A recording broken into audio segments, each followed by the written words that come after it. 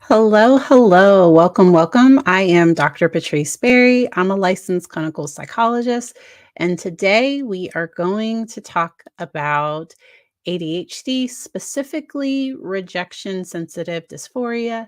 Hello, Christina. Welcome, welcome, especially to anyone else that's going to be joining live or catching up on replay. I really wanted to cover this topic. I haven't talked about it on my channel yet. And so, of course, I learned about rejection sensitive dysphoria. This isn't a symptom of ADHD, like, it's not a part of the DSM 5. So, the DSM 5 is our diagnostic and statistical manual, which sometimes there will be things that are correlated with a diagnosis, but it might not be in the DSM. And rejection sensitive dysphoria, or RSD, that is something that I first heard about, of course, over on the Clock app over on TikTok. And I shared this. I saw it on another social media and wanted to share it. And there are some things that are missing. So some people pointed out that impulsively interrupting, or that there were some things that were missing from this. But I like that it includes, because often when people think of ADHD, they just think of trouble focusing and fidgeting, and they don't think about some of these other things. And rejection sensitive dysphoria is something that is on that list. So, of course, I have all of the resources that I'm sharing linked. And let's start off with talking about what is RSD. And it's normal for people to not like rejection. So just because somebody struggles with rejection, it doesn't mean that they have rejection sensitive dysphoria. And it's not a separate diagnosis. It kind of, with ADHD, with attention deficit hyperactivity um, disorder, that sometimes people can have this increased sensitivity to rejection. I'm also, at the end, I'm going to talk about the differences between, like, a mood disorder and RSD, or the differences between borderline personality disorder and RSD, because there are very clear differences with those different topics. And if you all have questions, feel free to let me know over in the comments. I will be going back and forth to check that out. But it's really common for unpleasant feelings to creep up if someone experiences some type of rejection. And once again, it's not a formal medical diagnosis, but many doctors and therapists use this term when they notice this social behavior. And it's often in connection with ADHD. I've also seen it with anxiety or with some other things as well. The word dysphoria stems from an ancient Greek word that translates to intense feelings of pain or discomfort. And people who experience RSD, to say they don't handle rejection well, like, that would be kind of, so it's unbearable or devastating. And there is this intense fear of rejection. And what I've seen in practice is sometimes it can cause the individual to sabotage relationships, or it can cause the individual to be really people pleasing, or, like, there are these different things that can come up in relationships. Or if somebody doesn't message back, or if certain behaviors aren't happening in a relationship, that the person can feel really isolated and alone. So how is this linked to ADHD? So they're still researching it. They don't know exactly why. But for ADHD, that's the frontal lobe of the brain, which controls our ability to pay attention, language, social skills, controlling impulses, judgment, problem solving. That this part of the brain, it works different. I like to talk about the fact that this part of the brain is actually underactive, because a lot of parents, because kids with ADHD, sometimes the hyperactive impulsive, or the ones that have a lot of behaviors or a lot of motor activity, some people can feel like their brains are overactive, but it's this part of the brain is actually underdeveloped. All right. And I have a few other articles. So, some common symptoms. Um, so they can be strong people pleasers, feel more embarrassed or self conscious. I've sometimes seen severe like social phobia, like a lot of feeling like people are saying something or thinking about them, just being really sensitive in social relationships, have low self-esteem and self-doubt, display sudden outbursts or physical emotions like anger, tears, and sadness, engage in a lot of negative self-talk, have difficulty managing relationships, find it draining to manage relationships. And so this is where I'll hear people say, I just hate people. Like I hate people.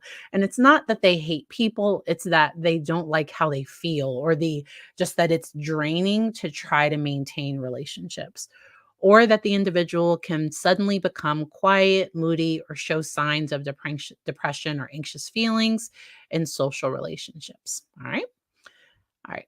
And so I think that was the gist of what I wanted to cover from that one. Let me come back to the chat. Okay, good. Welcome. Like I said, if y'all have questions, please, please, please let me know. But let's go on ahead and talk about more things that can help and how we can cope. All right. And management and treatment. So often an individual, so if they are, so addressing the ADHD symptoms and making sure that the brain is kind of functioning the way that it wants to, that sometimes that can help with RSD. So if I'm doing a psychological evaluation on someone who's just getting diagnosed, maybe at in their 20s or in their 30s, and they talk about having this difficulty in relationships, but their ADHD hasn't been treated and they are showing some signs of RSD, I will try to say, hey, make sure to let's treat the ADHD first. Medically, let's get the brain working the way that we want it to. There are non-medication options. In another video, I talked about neurofeedback, that there are these different ways that you can look at treating ADHD. And this article does list some of the stimulant and non stimulant options. Therapy can also be helpful, but making sure that the therapist has an understanding of ADHD and how it can impact social relationships. Not every therapist is so I wish everybody, but not every I'm just being honest, not every therapist is aware of that. I really appreciate when a client says, I saw this on social media and I really identified with it. And when they find things online that they really resonate with, or things that they feel explain what they're going through, I appreciate that. There are some therapists, and you can kind of tell because they might roll their eyes, or you can kind of tell from the nonverbal that they're not feeling it. So for me, if I was working with someone, I would want to make sure that they were okay with me bringing in information that was important to me. I think that's important. I am watching the Maya Kowalski trial in the background, and sometimes it can feel really invalidating when you come to someone and you say, "Hey, can we talk about this? Like, I really identified with this." And then the person being able to hear the other person out, see why they might feel that way, and then you kind of take things from there versus just saying, they don't have that, or you don't think they have that. All right. Um and once again, RSD, it's rejection sensitive dysphoria. It's another one of those symptoms. It's like difficulty concentrating. It's just it's not a separate thing, but it often giving language to what someone is experiencing, sometimes that can help. We us then look at, oh wow. So I have ADHD and I'm really sensitive to rejection in relationships. I didn't realize that that could be a thing. Because what people can feel is like, I'm just bad at relationships, or there's something wrong with me, or like it can really get at the person's self-esteem. And to hear, oh wow, like a lot of people with ADHD, so a lot of people feel this way. They might have this come up too. And having that sense of community, that I'm not the only one. that I'm not the only one that feels this way, that can often help. All right. And so this one just has ways that people can help manage it on their own. How can people reduce their risk or even prevent RSD?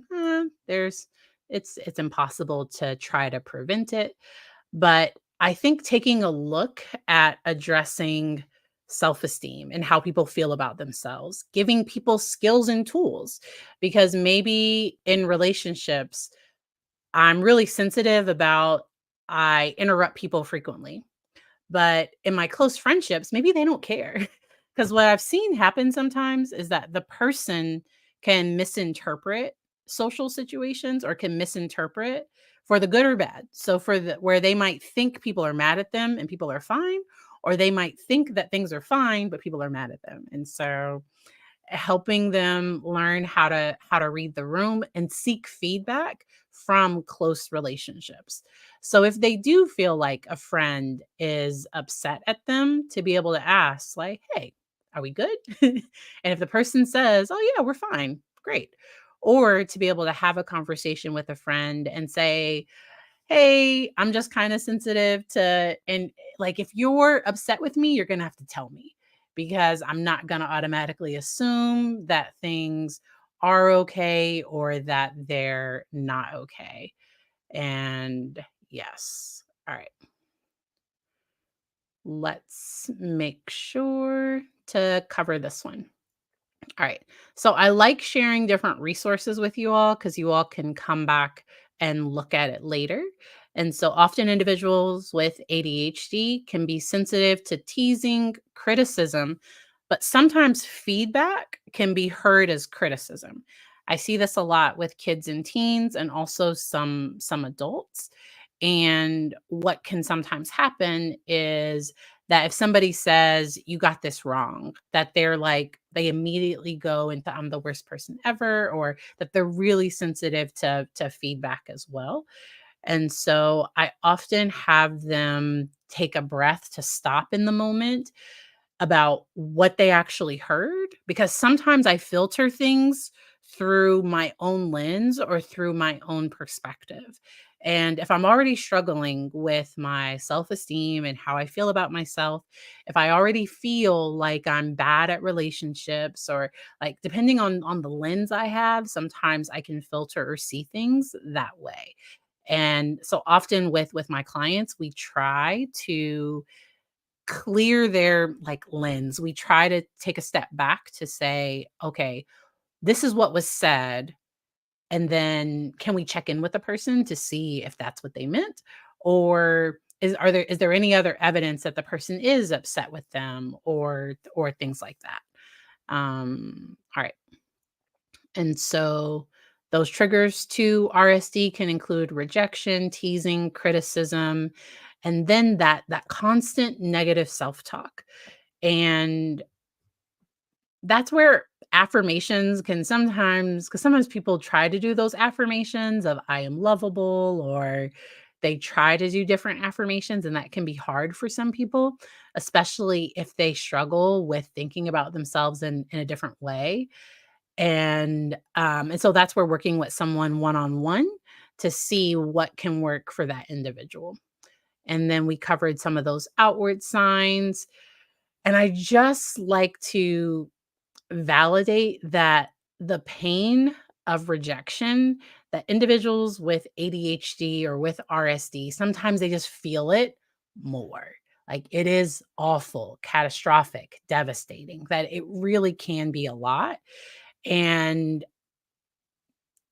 and while it's normal to not want to be rejected or criticized or things like that, individuals that like it can create this extra wound, it can create this extra pain.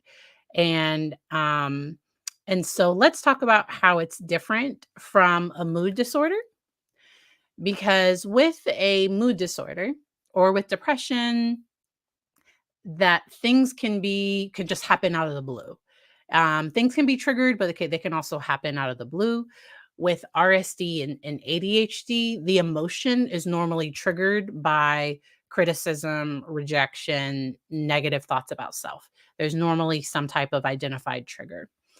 With a mood disorder, the moods are independent. So the person's life could be going great and they're still not, and they're still down. But with RSD and ADHD, the moods, so like they're gonna feel down because they just experienced rejection. And so it's typically not a separate thing if it's only happening within the context of rejection. And with RSD and ADHD, that sometimes those episodes of feeling down can happen, that you can feel can be quickly to matters of hours. But for a mood disorder, it's typically for long weeks or months. It's typically a longer amount of time. And once again, that with RSD and ADHD, that it rarely lasts longer than, like, I would say longer than like a day. That all right. Now I think those were the main resources that I wanted to share. Yes. Okay, good. I'm glad that you said that affirmations can be difficult, and um and that's where sometimes repeating it can sometimes be helpful. I've had some people like if-irmations, so it's IF instead of affirmations, it's what if. What if I'm lovable? Where my brain is looking for information that confirms that, instead of saying I'm lovable and the brain going nope. So some people like affirmations versus affirmations. Hello, Royal Lily. Welcome, welcome. And I also talked about the difference between, I want to talk about RSD and borderline personality disorder. That with borderline personality disorder, there is typically this pervasive, there's also this, it's a deeper, unstable sense of self. It's typically more of a pattern that it happens outside of relationships as well. And and so the unstable relationships and difficulty with emotions, that it's typically more of this pervasive pattern versus RSD. It's normally within those like close family relationships. Yes. Informations. Yes. Once again, learned about it on TikTok. I know. That what if, to add the what if to affirmation so that the brain can search for information to confirm instead of saying I am. That some people struggle with those, and instead to say the what if. But with rejection sensitive dysphoria, I often like to just share resources and tools with my clients, and providing some, like, a different perspective, because sometimes they might have people in their life that are a bit toxic. And what I mean by toxic is that the individual kind of can tell that they're looking for this affirmation and they're withholding it intentionally. Or it's a problematic relationship that has these cycles of where an individual is trying to control them. And they might not be picking up on these patterns. That within healthy relationships, we are going to have conflict. Within any relationship, we are going to disagree. We're going to have to compromise. That those are normal things that happen in any relationship. And then sometimes there can be individuals that if it's not their way, they cut the person off, or they where I might be working with a client that has some unhealthy relationships. And that's where we just talk about, hey, so how do you think this other friend that maybe is a little healthier, how do you think they would have responded to that? Because often some people I work with that do have symptoms or signs of RSD, they often think that the rejection is always them. That they're the cause, that they're the reason, that they should have done something different. I often talk a lot about turning those shoulds into I want to, and addressing toxic shame, because often with ADHD, an individual can feel like, oh, I have trouble with this. I have trouble. I have all of these. And then to add social stuff on top, that sometimes people can really struggle with finding a way out, with finding some different options for themselves. And I'm a big nerd. I love to share these different articles, resources, and tools because I think having that information, that first of all, making sure that the ADHD is managed, that sometimes just that can help. And then taking a look at how am I viewing myself? How am I viewing others? Am I viewing it through this negative lens? And do am I surrounded by healthy people? And if I choose, because I might have some associates that maybe they have some maybe they struggle with their own stuff. That's okay. And if they're having an off day, it doesn't mean that I necessarily did something wrong or that there's something wrong with me. That often with RSD, that fear of rejection can cause the person to hold on to relationships that maybe aren't particularly healthy or that aren't really that are a bit problematic, or fear connecting with people because they don't want future rejection or different stuff like that. And once again, not wanting to be rejected, normal. But with RSD, it just takes it to this other level. Let me know if y'all have any final questions. Glad I got to hop on and have this quick conversation with you all. There we go. Okay, affirmations. Let me find the link to that. Let me see if I can put it. I think I found it. I think I found it that fast. All right. So let me see if I can share. It's TikTok Trauma Doc. I believe I can share the link here. Copy link. Aw, sorry you didn't get the notification. Sorry you didn't get it. I tried to tell y'all what was going on at 3. If you're watching the other trials, please take care of yourself during this time. I'm gonna play this so we can watch it together. I quoted because I had never heard the concept of affirmations before, and I quoted um, TikTok Trauma Doc um, in my book, and she released a book as well. I'm going to teach you one of my favorite therapeutic techniques. It's the use of affirmations instead of affirmations. Pay attention to what happens in your body when I say. Okay. So let me know about the audio. Is it echoing at all? Because I normally do this with my headphones. Does the audio sound okay? Hey, Phoebe, welcome, welcome. Yes, I have been following Recovery Addicts coverage. And I'll come back to that question once I play this. Okay. The audio sounds good. Perfect. Okay, let's keep going. I say these affirmations. I have everything I need. I deserve love. I am enough. I can get through this. Now notice how it feels in your body when I just say the words what if in front of all of those same sentences. What if I have everything I need? What if I deserve love? What if I am enough? What if I can get through this? Affirmations feel true, whereas affirmations sometimes feel like you're trying to fool yourself into believing something that you don't quite believe yet. Affirmations plant seeds of possibility, and it's that flexibility of mental response that's very healing. And it's Dr. Christine Gibson, and it's TikTok Trauma Doc. I appreciate her content, and like I said, I checked out her book. I don't have it here. I think I have it in my main office. Yes, affirmations can be really hard for people, and so that what if to call it an affirmation. All right.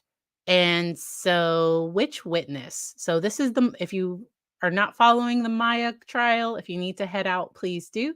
But you missed a Whitney special. Oh, I did. So I had appointments on and off today. So I will have to go back and check out um them talking about that expert. I completely missed that. As I was getting on, I think they were cross-examining the live expert. I think they were doing that as I was getting on. That song, and, I'm we'll see if the tube heard it, but, um, that song is just very calming and really relaxing. I really appreciate it. Affirmations. Didn't know we were gonna end with that, but truly just adding that in front of an affirmation. Now, there are people that doesn't work for them either. I don't have time to find it, but over on TikTok, somebody talked about bridging the gap, because if the what if doesn't work for them, maybe what they can believe is, I am trying to think, instead of like I'm worthy of love, it could be I deserve respect. Like maybe that. Maybe love is too far for them. Maybe they can start with respect. That they find ways to step closer to what they want to believe, but if they're so far from that, that sometimes for them, even those affirmations, they kind of develop this step ladder approach of going backwards from maybe like I'm a horrible whoopsie, from maybe I'm a horrible person. Sorry about that. My hand hit my huge thing of water. But yeah. All right. I hope y'all enjoy the rest of your day. I'm gonna probably hop back over and listen to a little more testimony before I have to finish up appointments. If anyone is taking kiddos trick or treating tonight or anything, I hope y'all enjoy, be safe, and I hope y'all enjoy the rest of your day.